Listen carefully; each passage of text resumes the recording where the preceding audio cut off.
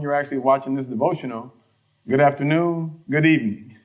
At some point today, you are seeing this video, and also this marks the first day of us joining together as a church reading the book, The Circle Maker by Mark Batterson.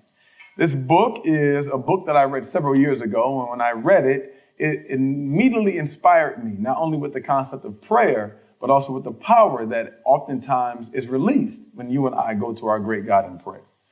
We have decided that for the month of January, we're going to read through this book as a church collectively. Well, each day, what our goal is to bring you a daily devotion to go along with the chapter that you were reading for that day. Today, you should have picked up the book for the first time to read chapter 1. In chapter 1 of The Circle Maker, we actually get the first part of the book, as chapter 1 is titled, The Legend of the Circle Maker. It is here that we hear a fascinating story of my man, Honey. Now, you and I don't know much about Honey. However, if you do the appropriate research, as the book will kind of give you more details about him, you'll be able to find his story. In fact, if you did a Google research on Honey, the Circle Maker, information will come up about him and who he was, and even some of the contents of the story that you will read or have read in chapter 1. As we look at chapter 1, a few things that I would like to discuss as we talk through the Circle Maker and what takes place in this first chapter for your devotion for today. When we look at the Circle Maker, chapter 1, I want you to notice the context surrounding Honey and the situation that was there in the day in which he was living. It says on page number 11, it was the 1st century BC, and a devastating drought threatened to destroy a generation. The generation before Jesus. The last of the Jewish prophets had died off nearly 4 centuries before. Miracles were such a distant memory that they seemed like a false memory. Wow, imagine that. Goes on to saying God was nowhere to be heard. That's the context of what is taking place in the day that Honey is called out to pray for rain. Not only do we see the context of the situation surrounding Honey when he decides to pray, but we also see the confidence in which Honey takes the stage to pray. Here on page 11, we read that he will draw this circle. And as he draws this circle with a sense of confidence that he truly believes that what he is doing is going to somehow activate the hand of God. And so we see Honey, when he draws this circle, doing it with confidence. We don't just see the context of the situation surrounding the circumstances, nor just the confidence that Honey had. We also see something else as we look at this particular first chapter. It's in this first chapter that we see a third thing, and that third thing is the content of his prayer. Notice what he says when he actually offers up his first prayer.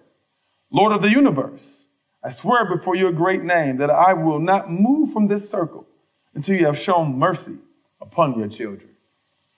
Notice the words there as he simply prays that he's not going to move from this circle in which he has drawn until God does what? Until God shows the mercy upon his children. Now, as you read, you will find out what that mercy that he's looking for actually is. But again, as we look at the content of what he is praying, not just once, but even a second and third prayer, we see that he is very specific about what he is asking God for. Oftentimes in this life, when you and I pray prayers, they can be very general, sometimes even abstract. We don't really tell God what we want, nor do we ask him for specifics, but we try to make it general enough so that way maybe if God doesn't give us what we're asking for, it's like we have an escape. Or maybe we think that what we're asking for, God may not really want us to have, and so we're just not specific. We should be specific. The content of our prayers are important because oftentimes when we pray, that's what God is going to answer or give us, the answer to that prayer that we've asked. Honey here does a great job in not only praying, but being specific about what he wants the Lord to do. Fourthly, notice the character of his prayer. When I say the character of his prayer, notice what happens here. Page number 12. Every head turned heavenward at the first raindrops parachuted from the sky. But Honey's head remained bowed. The people rejoiced over each drop. But Honey wasn't satisfied with the sprinkle. Still kneeling within the circle, Honey lifted his voice over the sounds of celebration. And when he does that, he prays again. While everybody else is semi-rejoicing over what has just taken place, meaning some rain has fallen. Honey's not satisfied because this is not really what he was praying for. And in fact, when he prays a second prayer, he will get even more specific as he will pray for what exactly it is that he wants. But notice his character, his posture in this moment in this story. While everybody else is excited and satisfied with the little bit that they've gotten, Honey's head remains bowed as he continues to ask God for more of what he actually wants. Notice the posture again, head bowed, still kneeling, still praying. See, our posture is important when we pray before God. The character in which we bring to God is very important and significant because oftentimes we try to treat God like he's a genie in the bottle. Or we try to treat God like we want him on sale. What do I mean by that? A genie in the bottle means that at times we only call out to God when we need something and we expect him to do it right when we say do it. That's not a good posture. In fact, in some sense, that's looking at God from a prideful standpoint as if you are God and he is to do your beckoning and your will whenever you call for it. When I say we may want God on clearance or God on sale, that means we want to try to maximize what God can do, but it costs us very little. In a sense, there are times where you and I will not pray when we should pray. We wait until God is trying to make, or life seems more convenient for us. And so then we'll pray then, asking God for what we want. God is not on sale, nor is he your genie in the bottle. So the character, the posture in which we have when we pray, regardless of what everybody else's posture is, at times need to look different. Not only do we see here in this particular chapter dealing with the content of the context, of this situation, not only the confidence of his prayer, as well as the character, the posture of his prayer, but we also see in this last idea or this last thought, the result of his prayer. Listen to these words as they are read on page number 13.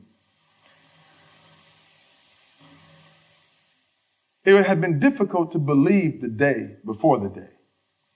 The day after the day, it was impossible not to believe. What do I mean by that statement? Well, you have to read the rest of the chapter in order to understand the full meaning behind that statement. But the result or the conclusion of what takes place here, when this man decides to do something radical. What was radical? What was radical was to pray for something and pray with a conviction and pray with a sense of confidence that God was going to do what he was asking for. That not only was he willing to pray, but he was willing to do it publicly in front of a crowd of individuals who have been praying and asking for the same thing, but their prayers had not gone answered the same way. On this day, in spite of what Honi had seen, in spite of what the people of Israel have been experiencing, he believed that God was going to do something different. And so Kingdom Life, as you read not only this book, The Circle Maker, as you engage with this first chapter, but as you also engage with the chapters after this, I want to remind you that we are in a season of great prayer when we recognize that what we need done, we cannot do. But there is one who's above us, who is looking down over us. He can get it done.